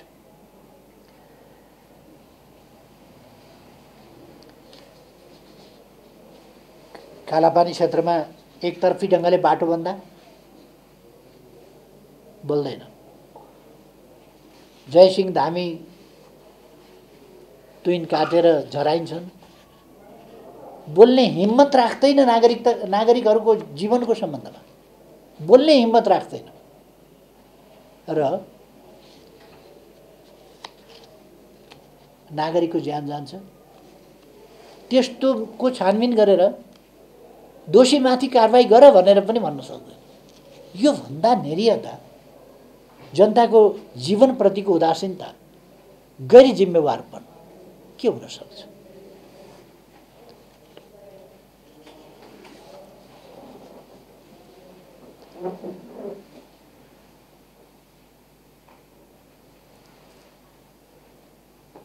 अमेरिकी सहायता परियोजना एमसीसी का बारेमा सत्ता गठबन्धनकै नेताहरूले दिइरहेका विरोधाभासपूर्ण अभिव्यक्तिले विकास परियोजनालाई भूराजनीतिक द्वन्द्वको विषय बनाउन कोसिस गरेको छ, भूमिका खेलेको छ। अमेरिकी एमसीसी का अधिकारीहरूसँग दुईटा नेताले गोप्य पत्राचार गर्छन्। 4-5 महिनाको समय देऊ, हामी पास गर्छौं भनेर किटानी पास गर्ने कुरा लेख्छन्। यता जनतालाई पास गर्नै हुँदैन भनेर उचाल्छन्, भ्रमित पार्छन्। एउटा नेता पक्षमा बोल्छ, अर्को विपक्षमा बोल्छ। न्यूनतम साझा कार्यक्रम प्रकाशित गरेका छन्, त्यसमा उल्लेख गर्दैनन्। त्यसै बेला मैले एमसीसी परियोजना सम्बन्धमा तपाईहरुको दृष्टिकोण के हो, सत्ता गठबन्धनको दृष्टिकोण के हो भनेर प्रश्न गरे। उनीहरूको कुनै जवाफ पनि छैन र गोप्य ढंगले अमेरिकासँग एक खालको कुरा गर्छन्, अरूसँग अर्कै खालको कुरा गर्छन्, जनतासँग अर्कै खालको कुरा गर्छन्, पार्टीभित्र आयो अर्कै खालको कुरा गर्छन्। यस प्रकारको अत्यन्तै गैर जिम्मेवार, धोकाफूर्ण, दुई जिब्रे चरित्र देखाएर राष्ट्रिय हितलाई गम्भीर संकटमा धकेल्ने काम बनिरहेको छ। तपाई हामी सबैले सुन्यौं, सेप्टेम्बर 29 मा 4-5 महिनाका लागि भनेर पत्र पठाइयो। ठ्याक्क 5 महिना पुग्ने 28 फरवरीका दिन समय सिद्धिन्छ भनेर फेरि एमसीसीले लेखेको छ। एउटा कुरा त प्रधानमन्त्रीले एमसीसीलाई लेख्ने कुरा आफैमा प्रोटोकलको हिसाबले, राष्ट्रिय स्वाभिमानको हिसाबले आफैमा एउटा गैर सरकारी संस्था अथवा सरकारी नै संस्था भए पनि एउटा शाखालाई, कुनै एउटा विषयको जिम्मेवार एउटा मन्त्रालय अन्तर्गतको कुनै चीजलाई प्रधानमन्त्रीले पत्र लेख्ने कुरा आफै एउटा अपमानजनक कुरा हो। अर्को कुरा, अध्यक्षको हैसियतले लेखेको भनेर, अध्यक्षको हैसियतले लेख्ने हो भने त रिपब्लिकन पार्टीका, डेमोक्रेटिक पार्टीका अध्यक्षहरूलाई लेख्नु पर्थ्यो होला, अरूलाई लेख्नु पर्थ्यो होला। अनि कुन पार्टीको अध्यक्ष हुन् र एमसीसी को प्रमुख? अर्को, कुन पार्टीका अध्यक्षले लेख्नु पर्थ्यो? गठबन्धनभित्र पनि दुईटा अध्यक्षले लेख्ने कुरा। अरू अध्यक्षहरूलाई थाहा छ कि छैन थाहा छैन, किनभने थाहा भए पनि नभए पनि उहाँहरूको बाध्यता छ त्यो गठबन्धनका पछाडि लाग्नुपर्ने, उहाँहरू त्यसमा त कुद्नु होला। तर देश त गम्भीर खेलवाड, खेलाची, गैर जिम्मेवारपनको शिकार भइरहेको छ। यस कुराप्रति हामी गम्भीर छौँ। र म के भन्न चाहन्छु भने, सभामुखले सरकारले निर्णयार्थ पेश गर्नका लागि संसदमा प्रस्तुत गरेको, दर्ता गरेको चिजलाई सभामुखले पेश नगरेर रोक्छु भन्न सभामुखको अधिकार छैन, कर्तव्य होइन र उनले त्यो अनधिकृत ढंगले बलमिचाइ गरेका छन् सभामुखले। यस्तो कुरा यो गठबन्धनको निरीहता हो, पदलोलुपता हो, सत्ता मोह हो। गठबन्धन जसरी पनि कायम राखेर सरकारमा बस्नुपर्छ भन्ने कुरा हो र यस्ता कुरामा पनि सत्ता गठबन्धन चुइक्क बोल्न सक्दैन। को अधिकारका सीमाभन्दा बाहिर गइरहेको छ। पहिले अघिल्लो सभामुखले त्यस्तै ढंगले अनधिकृत क्रियाकलाप गरेकै हो र अहिलेको सभामुखले त्यही कुरालाई जारी राखेको छ र अनधिकृत क्रियाकलाप गरेको छ। संसदले के गर्छ त्यो आफ्नो ठाउँमा होला, संसदलाई निर्णय त दिनु पर्यो अधिकार, तर संसदलाई नदिएर रोक्ने कुरा उनको अधिकारभित्रको कुरा होइन। अनि त्यस्तो अनधिकृत क्रियाकलाप गर्ने सभामुखका प्रशंसाका लागि केही मानिसहरू कुद्छन् अरे पुग्छन् अरे भनेको सुन्दा शरम लाग्छ। कानुन तोडेका कुरालाई गैर कानुनी हरकत, ड्वेल रोल, द्वैध भूमिका यस्तो खेल्ने मान्छे र निष्पक्ष भूमिका निभाउन नसक्ने, कानुनका आफ्ना मर्यादित दायरामा बस्न नसक्ने सभामुखको प्रशंसा गर्न जाने जस्ता कुराहरू पनि कता कता सञ्चार माध्यममा देख्दा यी सबै शरमका कुरा हुन्। कति साह्रो सत्ता लोलुप्ता, पद लोलुप्ता, यो अत्यन्तै गैर जिम्मेवार कुरा हो, जुन सरकार यसप्रति गम्भीर होस् भन्ने कुरा म फेरि दोहोऱ्याउन चाहन्छु। सरकार यस्तो छ, यस महामारीको दौरानमा पनि सरकार गम्भीर छैन। 24 लाख खोप, 24 लाख डोज खोप जनताको जीवन बचाउने कुरासँग सम्बन्धित छ। जनताको इम्युन बढाउने कुरासँग, जीवन बचाउने कुरासँग सम्बन्धित छ। 24 लाख डोज खोप छैन, भेटिएन, खोइ कता गयो भन्छ सरकार यताउता हेरेर। के हो यस्तो? 24 लाख डोज सानातिना कोठामा अट्दैन, कोठामा अट्ने कुरा होइन, त्यो ट्रकमा अट्ने कुरा होइन। त्यस्तो कुरा 24 लाख डोज कहाँ गयो? यस्तो कुरामा मन्त्री राजीनामा दिँदैन,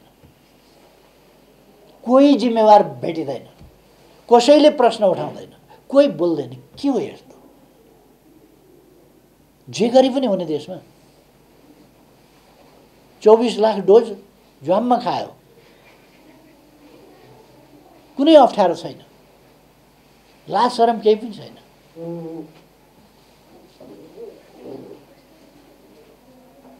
म चाहन्छु र हाम्रो पार्टीको माग छ, 24 लाख डोजको हिसाब नेपाली जनतालाई चाहियो।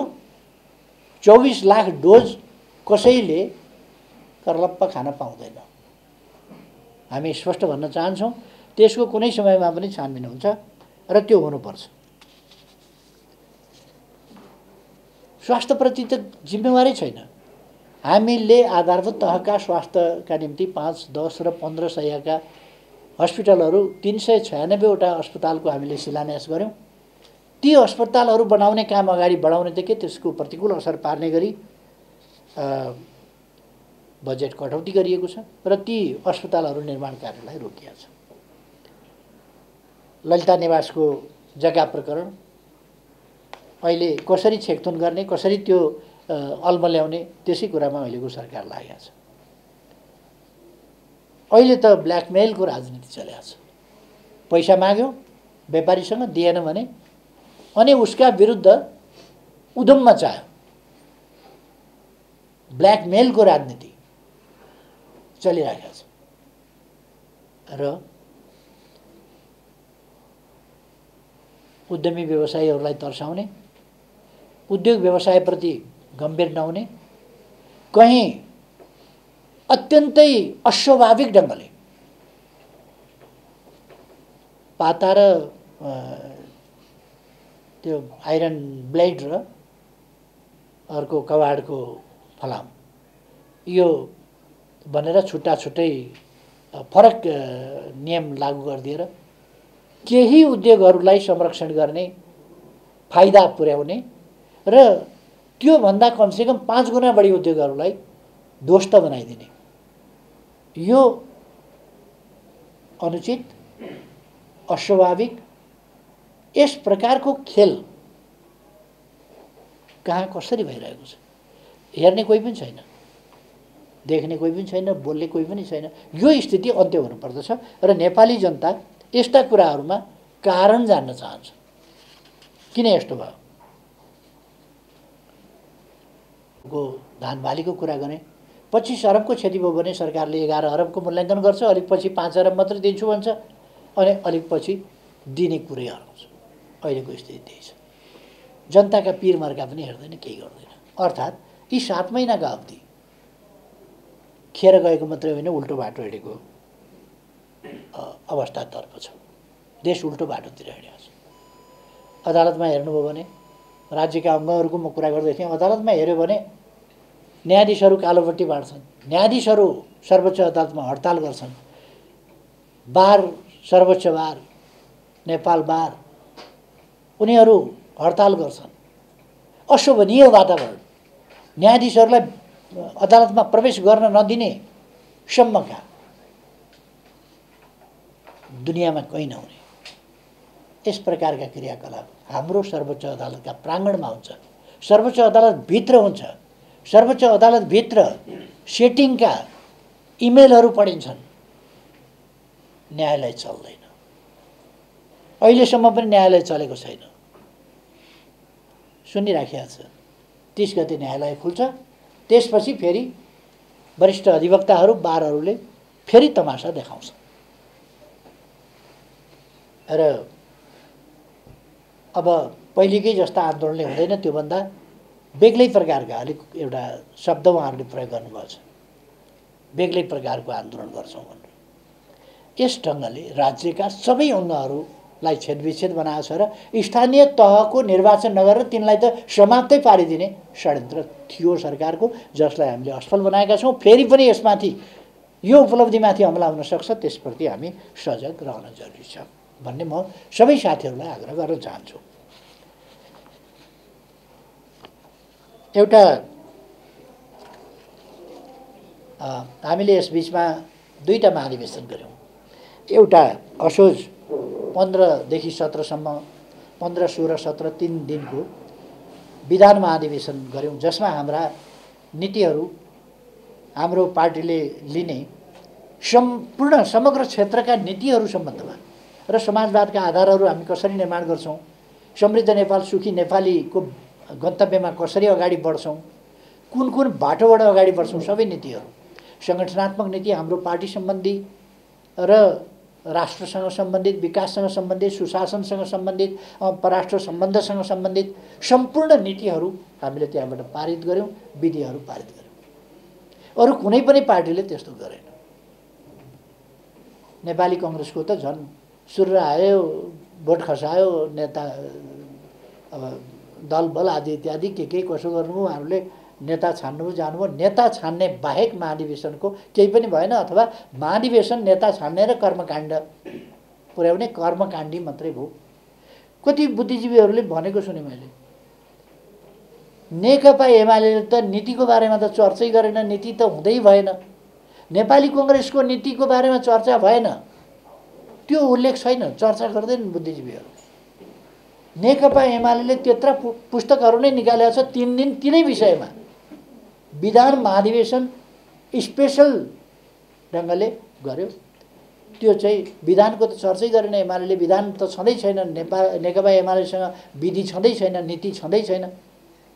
म बुद्धिजीवी साथीहरूलाई आग्रह गर्न चाहन्छु, नेकपा एमालेका नीतिहरू अल्छी नमानेर एकपल्ट पढिदिनुहुन्छ कि अध्ययन गरिदिनुहुन्छ कि?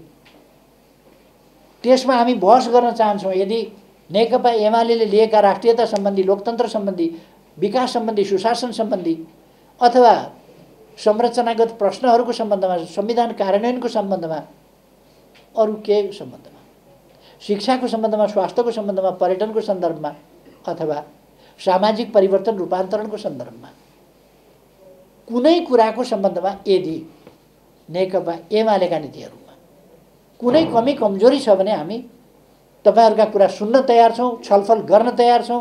कमी कमजोरी छन् भने सच्याउन तयार छौं। तर नेकपा एमालेका नीति नै छैन भनेर आफ्नो अनभिज्ञता, त्यत्रो महाधिवेशन भयो, विधान महाधिवेशन नामै जहाँ विधि र विधान पारित गरियो त्यो नै नदेख्ने गरी तपाईहरुलाई के भएको यस्तो? केही बुद्धिजीवीहरूले त्यस्ता चर्चाहरू चलाएको मैले हेरेँ, सुने, टेलिभिजनका बहसहरू हेरेँ, आश्चर्य लाग्यो। दुईपट्टि त्यो एकाको उसले लाउँदाखेरि पनि अगाडि त देख्छ नि, तर अगाडिकै महाधिवेशन पनि नदेख्नु अलिकति बढी भयो कि जस्तो पनि मलाई लाग्छ। र म हाम्रो पार्टीका नेता कार्यकर्ता सबै साथीहरूलाई के आग्रह गर्न चाहन्छु भने हाम्रो पार्टीले महाधिवेशनद्वारा पारित गरेका नीतिहरू, महाधिवेशनमा त्यति धेरै 6000 भन्दा बढी प्रतिनिधिहरूले सक्रियतापूर्वक छलफल गरेर 3 दिन लगाएर पारित गरेका, छलफल गरेर निकालेका निष्कर्षहरू हामीले जनताका बीचमा, बुद्धिजीवीहरूका बीचमा सबै आफ्नो पङ्क्तिभित्र मात्रै होइन, आफ्नो कार्यकर्ताका बीचमा मात्रै होइन, अरू सहमत असहमत सबै राष्ट्रिय अन्तर्राष्ट्रिय सबै पक्षसँग हाम्रा नीतिहरूको श्रेष्ठतामा हामी ढुक्क छौँ, विश्वस्त छौँ।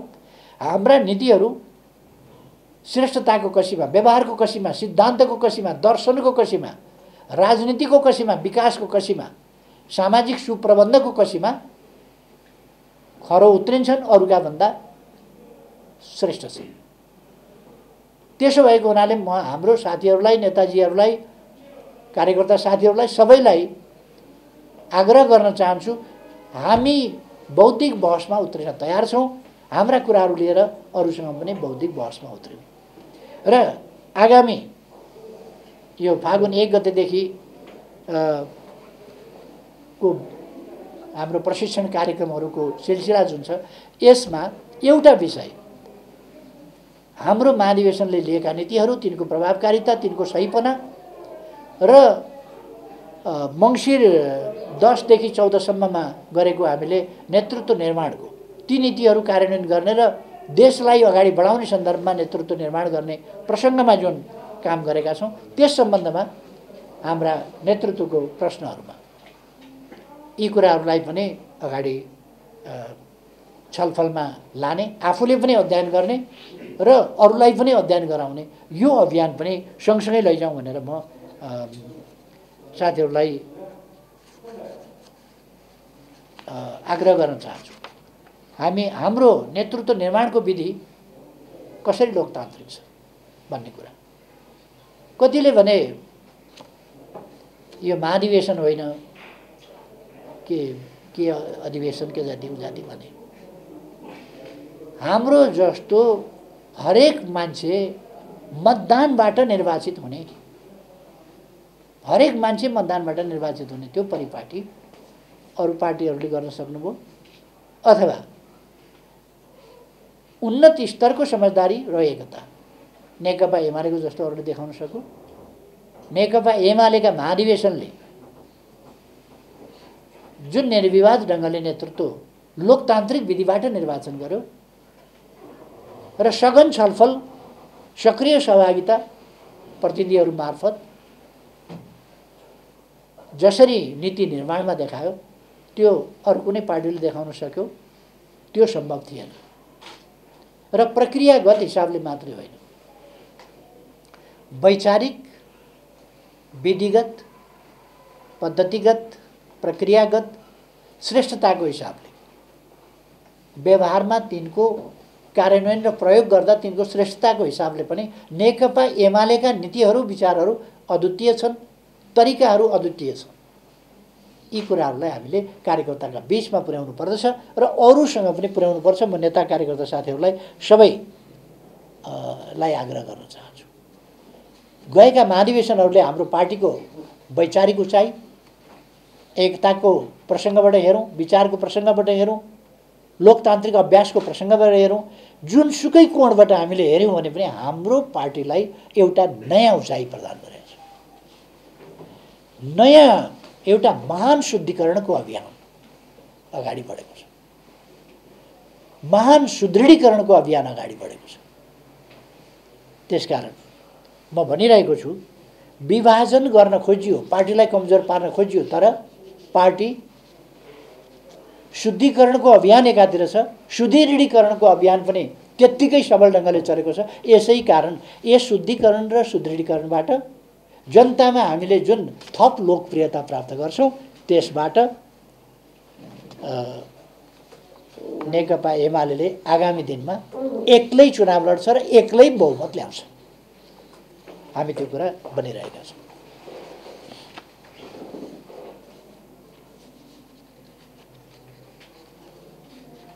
त्यसबाहेक हामीले धेरै महत्त्वपूर्ण कुरा के भने दक्षिणपन्थी अवसरवाद र सङ्गठनात्मक अराजकतालाई परास्त गरौँ र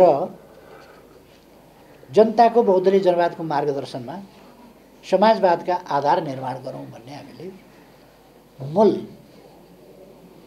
वैचारिक साङ्गठनिक विकास निर्माण सम्बन्धी हाम्रो पार्टीले लिएका लिनुपर्ने बाटोको दिशानिर्देश सबै कुरा यस नाराभित्र छ। समाजवादका आधार निर्माण गर्ने कुरा, त्यसका निम्ति कस्तो विचार र कस्तो सङ्गठन, यी कुराहरू पनि हामीले राखेका छौँ। र यसलाई लिएर यसको अर्थ के भने हिजो पार्टीमा केही कुराहरू देखिए, पार्टीका नाउँमा चुनाव लड्ने, पार्टीको भर्याङ चढेर संसदमा पुग्ने र संसदमा पुगिसकेपछि जनताको अभिमतको चरम अनादर गर्दै जनताका हितहरूप्रति, राष्ट्रका हितहरूप्रति गम्भीर खेलवाड र प्रहार गर्दै आफ्नै पार्टी फुटाउन, आफ्नै सरकार ढाल्न, आफ्नो सरकार बच्छ भोट हाल्दा भनेर लुसुक्क पछाडिको ढोकाबाट भागेर बजारतिर भाग्न, अर्को पार्टीको सरकार बनाउनका लागि दिशाहीन त्यस्तो सरकार बनाउनका लागि पछाडिको ढोकाबाट लुसुक्क गएर भोट हाल्न, यस्ता खालका चरित्रहरू जुन आफ्नो पार्टी फुटाउने, आफ्नो सरकार ढाल्ने, अर्कोलाई अनि लगेर रुखमा भोट हाल्ने,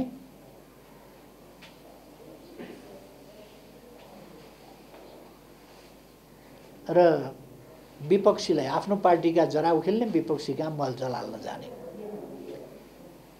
जुन प्रवृत्तिहरू प्रकट भएका छन्, त्यस्ता प्रवृत्तिहरूलाई पनि हामी रोक्छौँ।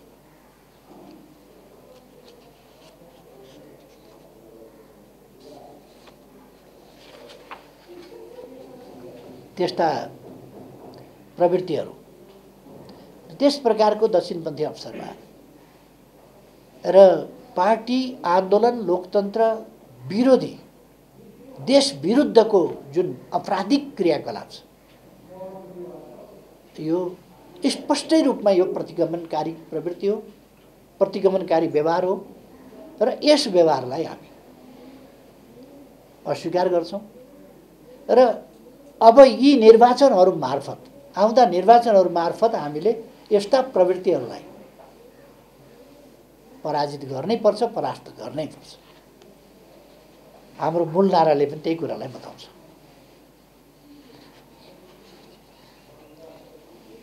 सङ्गठनात्मक अराजकता, पार्टी निर्माणको सन्दर्भमा अर्को एउटा बाधा बनेको छ। पार्टीभित्र व्यक्तिगत स्वार्थ, आफ्नो संकीर्ण स्वार्थ, आफ्ना कुण्ठा, आफ्ना आग्रह, यिनीहरूलाई केन्द्रभागमा राखेर खिचोला गरिरहने, नेतृत्वलाई घेराबन्दी र असफल पार्न प्रयास गरिरहने र सामान्य मतभिन्नतालाई शत्रुतापूर्ण व्यवहार गर्ने,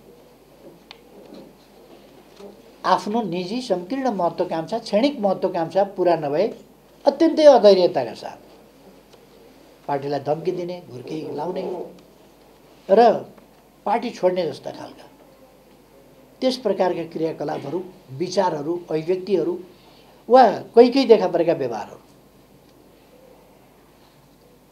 त्यस्ता प्रवृत्तिहरूलाई परास्त गरेर, त्यस्ता विचार प्रवृत्तिहरूलाई पराजित गरेर मात्रै हामी वास्तवमा सही पार्टी निर्माण गर्न सक्छौँ, देश र जनताप्रति समर्पित पार्टी निर्माण गर्न सक्छौँ र हामीले त्यस्तै पार्टी निर्माण गर्नुपर्छ।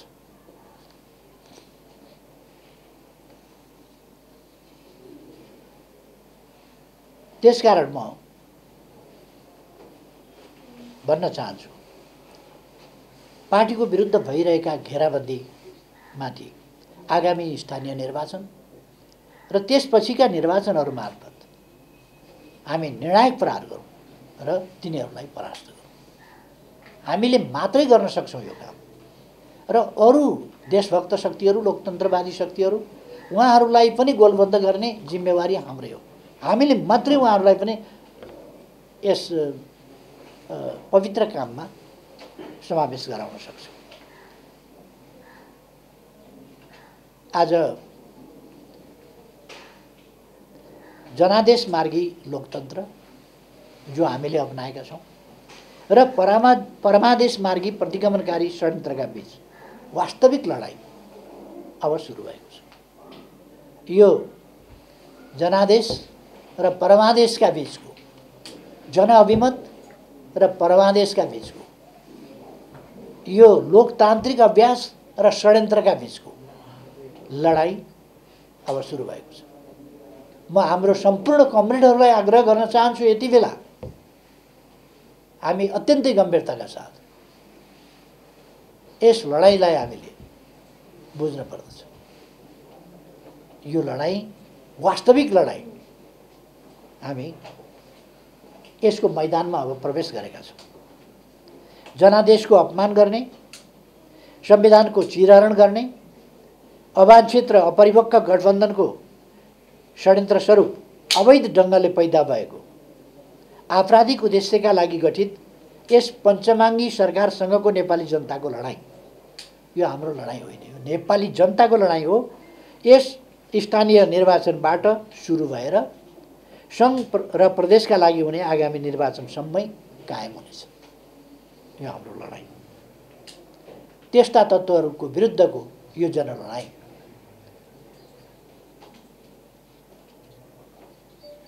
सार्वभौम सत्ताका मालिक, राज्य शक्तिका स्रोत र परम न्यायदाता महान जनताबाट पवित्र जनमतको बाटोबाट हामी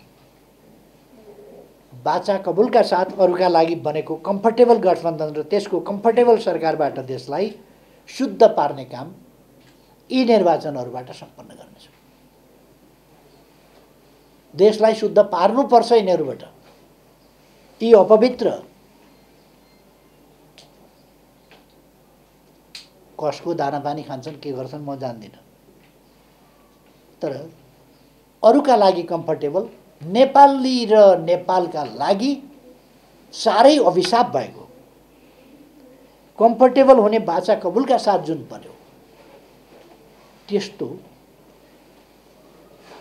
अपवित्र, दिशाहीन, गन्तव्यहीन, स्वार्थी खन्चुवाहरूको सरकारबाट देशलाई मुक्त गर्नुपर्छ। यस महान र पवित्र कार्यमा लाग्नका लागि म नेकपा एमालेका सम्पूर्ण कार्यकर्ताहरू र उहाँहरूलाई मात्रै होइन, सम्पूर्ण सच्चा देशभक्त, लोकतान्त्रिक, शान्ति, सुशासन र विकास प्रेमी युवा, विद्यार्थी, किसान, मजदुर, महिला, उद्यमी, व्यवसायी, शिक्षक, कर्मचारी, शारीरिक रूपमा अशक्तता र अपाङ्गता भएका व्यक्तिहरू, ज्येष्ठ नागरिक लगायत देश विदेशमा रहेका सम्पूर्ण नेपाली दिदीबहिनी तथा दाजुभाइहरूमा हार्दिक अनुरोध गर्न चाहन्छु। यो लोकतन्त्र र प्रतिगमन विरुद्धको लडाईँमा हामी सबै सर्कौँ र लोकतन्त्रलाई विजयी बनाऊँ। धन्यवाद। त्यस अभियानमा सरेक हुनु पर्यो, अनि सामाजिक परिवर्तन हुन्छ। त्यो परिवर्तन यसरी दिगो हुन्छ यदि जनताको सांस्कृतिक चेतना, जनताको समग्र चेतनाको पक्ष परिवर्तन त भयो, तर त्यो परिवर्तन के प्राप्त भयो भन्ने कुरा र त्यसलाई कसरी जोगाउने भन्ने कुरा, त्यसका सामु चुनौती पनि छन्। त्यो कलिलो परिवर्तन, त्यसका सामु चुनौती पनि छन् भन्ने कुरा बुझेर त्यसलाई रोकथाम गर्न र अगाडि बढाउने अभिभावकहरूलाई कसरी वहन गर्छ त, त्यो कुराहरू बुझ्न सक्यो भने परिवर्तन दिगो हुन्छ। 7 सालको परिवर्तनका उपलब्धिलाई किन दिगो राख्न सकिएन, किन फेरि फर्केर गयो भन्दा जनताले आफ्नै हितहरूलाई त्यस ढङ्गले बुझ्नु पर्यो, त्यसमा सङ्गठित हुनु पर्यो, त्यसमा जानु पर्यो। त्यसका लागि जनतालाई त्यस अनुसारले अगाडि बढेको हिस्साले सङ्गठित गर्नु पर्यो। अगाडि बढेको हिस्सा नै त्यस अनुसारको योग्य भएन भने इन्जिनै बिग्रिएपछि डब्बा आफै त कसरी कुद्छ र? प्रश्न इन्जिन चाहिँ ठिक ढङ्गले अगाडि बढ्यो भने डिब्बाहरू तानिन्छन्। इन्जिन र डिब्बाहरू जोडिएको हुनु पर्यो, इन्जिन अगाडि हुनु पर्यो, त्यसले तान्नु पर्यो। इन्जिनले तान्न सकेन भने त डब्बाहरू छुट्छन् अथवा लिक अर्कोतिर जाने ठाउँमा अर्कै लिकतिर अर्काले हालिदिन्छ। हामीले 17 सालका लिक चेन्ज गरेका कुराहरू देख्यौँ, हामीले 59 सालका 61 सालका लिक चेन्ज गरेका कुराहरू देख्यौँ, हामीले 36 का उपलब्धिहरू नै टिकाउन सकेनौँ, 46 सालका उपलब्धिहरू टिकाउन सकेनौँ। अर्थात् सामाजिक परिवर्तन एउटा जटिल, दीर्घकालीन र सचेत प्रयासहरूको समष्टिबाट मात्रै सम्भव छ।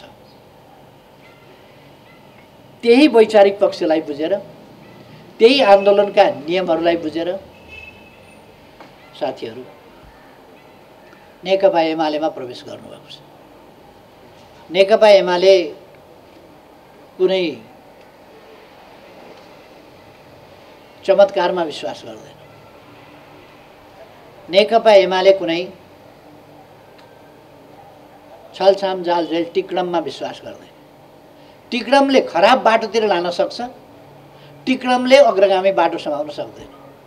टिक्रमले समाजको एउटा सानो हिस्सालाई दिग्भ्रमित गर्न सक्छ र सिङ्गै समाजलाई खराब बाटोतिर लान सक्छ, तर त्यसले समाजलाई अग्रगामी बाटोमा लान सक्दैन। सचेत प्रयासहरूबाट, सकारात्मक प्रयासहरूबाट मात्रै समाजलाई अगाडि लान सकिन्छ। यिनै कुराहरू हृदयङ्गम गरेर नेकपा एमाले लिएका विचारहरू, नेकपा एमालेको सामाजिक परिवर्तनको उद्देश्यप्रतिको दृढ सङ्कल्प, त्यसलाई हेरेर त्यो सङ्कल्पप्रतिको दृढता मात्रै केही हुँदैन, त्यो सङ्कल्पलाई कार्यान्वयन गर्ने र व्यवहारमा सफल पार्ने सचेत, सङ्गठित, गतिशील प्रयास, यसले मात्रै सफल बनाउन सक्छ। र यसमा दृढता, धैर्यता, निरन्तरता यी सबै चिजको खाँचो छ, जुन नेकपा एमाले अपनाइरहेको छ, कार्यान्वयन गरिरहेको छ। यिनै कुराहरू हेरेर उहाँको वक्तव्यमा पनि यही कुराहरू प्रतिबिम्बित छन्। यिनै कुराहरू हेरेर उहाँहरू प्रवेश गर्नुभएको छ। आज हामीले पार्टीभित्रको अथवा वामपन्थीभित्रको अन्तरसङ्घर्ष के हो? आजको वामपन्थी आन्दोलनभित्रको वैचारिक सङ्घर्ष भनेको के हो भन्दा वामपन्थी खोल ओढेर वामपन्थी आन्दोलनलाई ध्वस्त पार्ने प्रचण्ड माधव प्रवृत्ति नै आजको वामपन्थी आन्दोलनको खराब पक्ष हो, जसलाई पराजित गर्न सक्नुपर्छ भन्दा वामपन्थी भन्ने, क्रान्तिकारी भन्ने, एकीकृत भइसकेको पार्टीलाई फुटाएर छोड्ने, आफ्नो सरकार ढाल्ने अनि प्रतिगामी क्रियाकलापबाट, अनुचित बाटोबाट, अवाञ्छित क्रियाकलापबाट एउटा अवैध, असंवैधानिक यस्तो सरकार न गाउँमा जन्मियो, न अस्पतालमा जन्मियो, न संसदमा जन्मियो।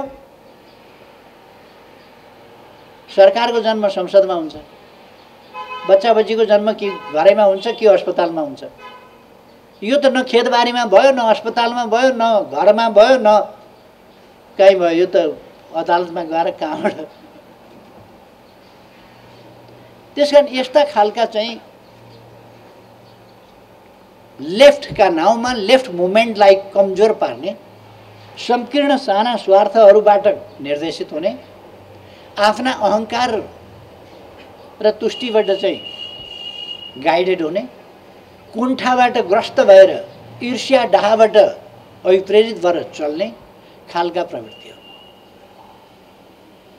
जस्ता प्रवृत्तिहरूले, जुन प्रवृत्तिहरूले अन्तत्वगतवा दक्षिणपन्थी प्रतिक्रियावादी शक्तिहरूको कान्छी औँलो समातेर हिँड्ने बाहेक अर्को उपाय हुँदैन, तिनीहरूको आफै हिँड्ने तागत हुँदैन र तिनीहरू बिस्तारै प्रतिक्रियावादीहरूको औँलो समातेर हिँड्न थाल्छन्। आज नेपालका दक्षिणपन्थी अवसरवादी विचार अँगालेका त्यसका लक्षणहरू आजका लक्षण के हुन्? ती लक्षण लेनिनले सङ्घर्ष गरिराखेका बेला लक्षण बेग्लै थिए, माओले सङ्घर्ष गरेका बेला लक्षण बेग्लै थिए, पुष्पलालले सङ्घर्ष गरेका बेला लक्षण बेग्लै थिए। आजका लक्षण, आजका प्रतिनिधि पात्र भनेका यी प्रतिनिधि पात्र हो। यिनका विरुद्धको लडाईँ वामपन्थ विरुद्धको लडाईँ, वामपन्थी आन्दोलनभित्रका अवसरवादीहरूका विरुद्धको लडाईँ हो। आजको जडसूत्रवाद, आज जडसूत्रवाद त्यति भयानक समस्या भइराखेको छैन अहिले तत्कालको स्थितिका लागि, त्यो फेरि कुनै समय भइहाल्छ। आज चाहिँ दक्षिणपन्थीसँग आत्मसमर्पण गर्ने सिद्धान्तहीनता, सोझै दक्षिणपन्थीहरूसँग साँठगाँठ गर्ने प्रवृत्ति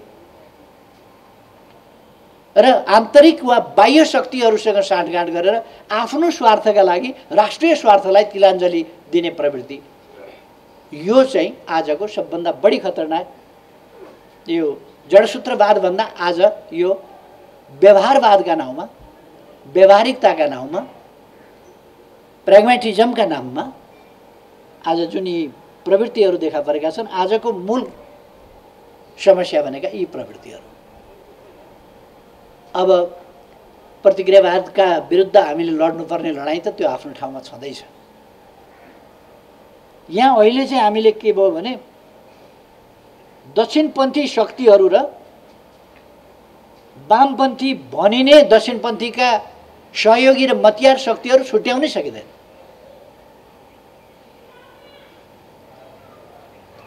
यस प्रकारको चाहिँ एउटा गठजोड छ।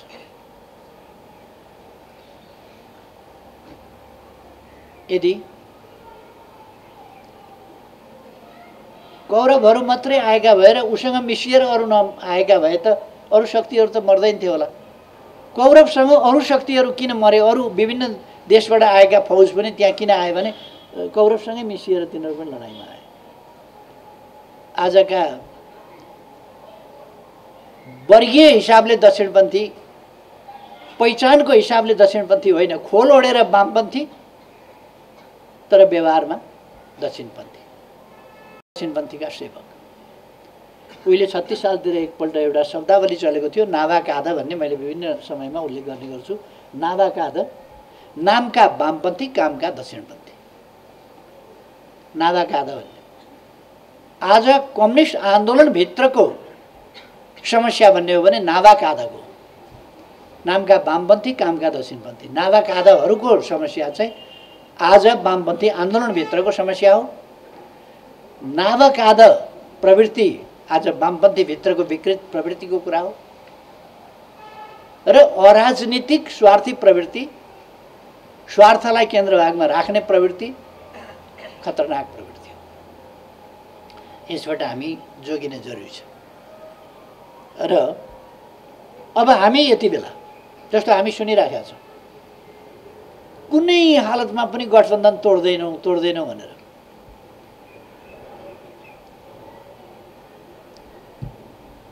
अचम्मको छ, नेपाली कङ्ग्रेसको शेरबहादुर देउवा बाहेक प्राय हामी संयुक्त रूपमा चुनावमा जाँदैनौँ, गठबन्धन हुँदैन चुनावमा भनेर कङ्ग्रेसका नेताहरू भन्छन्।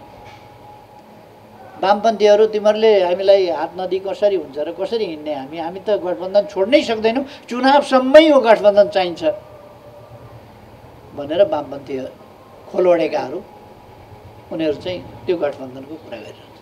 अब हामीले छुट्याउने कसरी? त्यसै कारण हामी भनिरहेका छौँ, यहाँ छुट्याइरहनु पर्ने आवश्यकता छैन। कतिपय मान्छेहरूले भुलचुकले प्रचण्ड कामरेड, माधव कामरेड भन्छन्। के का कामरेड नि?